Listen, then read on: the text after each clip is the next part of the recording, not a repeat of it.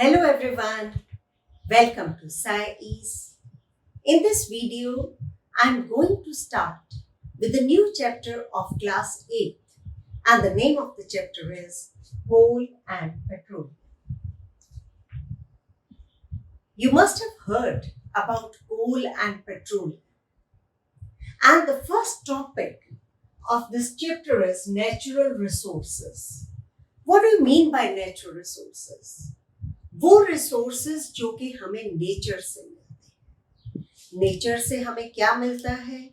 Air, sunlight, water etcetera. ये जो natural resources हैं, they are divided into mainly two categories. One is inexhaustible natural resources and the another is exhaustible natural resources. क्या मतलब inexhaustible? Inexhaustible का मतलब कि जो अनलिमिटेड क्वांटिटी में प्रेजेंट है, जैसे कि एयर है, सनलाइट है, ये अनलिमिटेड क्वांटिटी में एटमॉस्फेयर में प्रेजेंट है। ये रिसोर्सेज को हम क्या बोलेंगे? इनएग्जॉस्टिबल। एग्जॉस्टिबल रिसोर्सेज जो कि लिमिटेड क्वांटिटी में, जैसे कोल है, पेट्रोलियम है, ये लिमिटेड क्वांटिटी में है। तो इस टॉपिक में मैं डिटेल में आपको नेचुरल रिसोर्सेज के बारे में बताऊंगी। नेक्स्ट टॉपिक दैट इज कोल।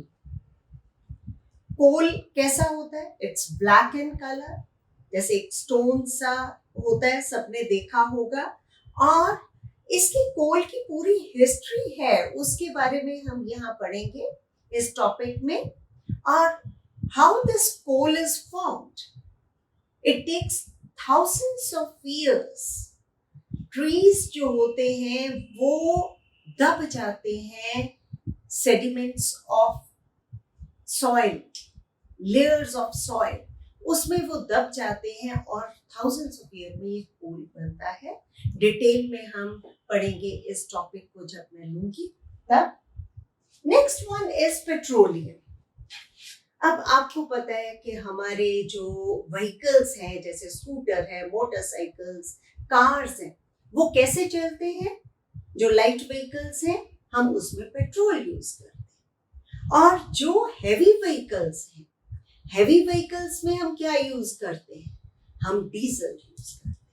तो ये डीजल या पेट्रोल हमें कहाँ से मिलते हैं? वो हमें क्रूड पेट्रोलियम से मिलते हैं। और पेट्रोलियम कैसे बनता है उसके बारे में, और फिर उसकी रिफाइनिंग, सिर्फ हमें पेट्रोल और डीजल नहीं, बहुत सारी चीजें जो पेट्रोलियम, क्रूड पेट्रोलियम होता है, उससे मिलती है। उनके बारे में मैं जब ये टॉपिक पढ़ाऊंगी तब आपको बताया जाएगा। Now next topic that is the natural gas. आजकल बहुत एनकरेज किया जा रहा है नेचुरल गैस को। जो घर में हम खाना भी बनाते हैं उसके लिए भी पाइपलाइंस के थ्रू ये नेचुरल गैस सप्लाई की जाती है। The main component of this natural gas, और you can say compressed natural gas, CNG, सुना होगा कि व्हीकल्स भी चलते हैं पाइपलाइंस के थ्रू। घरों में भी ये कुकिंग के लिए भी सप्लाई की जाती है and it is a cleaner fuel. इससे पॉल्यूशन उतनी नहीं होती जितना कि फॉसिल फ्यूल्स जो कि कोल एंड पेट्रोलियम है उनको जलाने से होती है। जब उनकी बर्निंग होती है तो ज्यादा जो है पॉल्यूशन होती है। This is a cleaner fuel. Detail में हम पढ़ेंगे जब ये टॉपिक पढ़ाया जाएगा। Now the last topic of this chapter is some natural resources, they are limited. ये बात मैंने पहले भी करी है, आपको बताया है कि जो कोल, पेट्रोलियम, जो फॉसिल फ्यूल्स हैं वो लिमिटेड है, इसलिए उनको हमें जुडिशियसली यूज करना चाहिए। हमें अपने आने वाली जनरेशन्स हैं जो उनके बारे में भी सोचना चाहिए।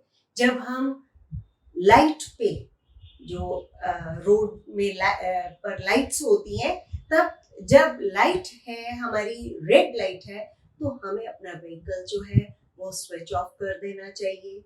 हमें अपना गैस वगैरह जो है उनको भी उसी तरह से बहुत ही जुडिशियसली यूज करना चाहिए। तो ये सारी बातें कि हमारा क्या रोल है इन नेचुरल रिसोर्सेज जो कि लिमिटेड हैं, उनको हम कैसे बचा सकते हैं, उनको हम कैसे कम खर्च करें ताकि हमारी आने वाली जनरेशन्स भी उनके बेनिफिट्स को एंजॉय कर सकें। So with this the introduction part of this chapter, coal and petroleum, that is over.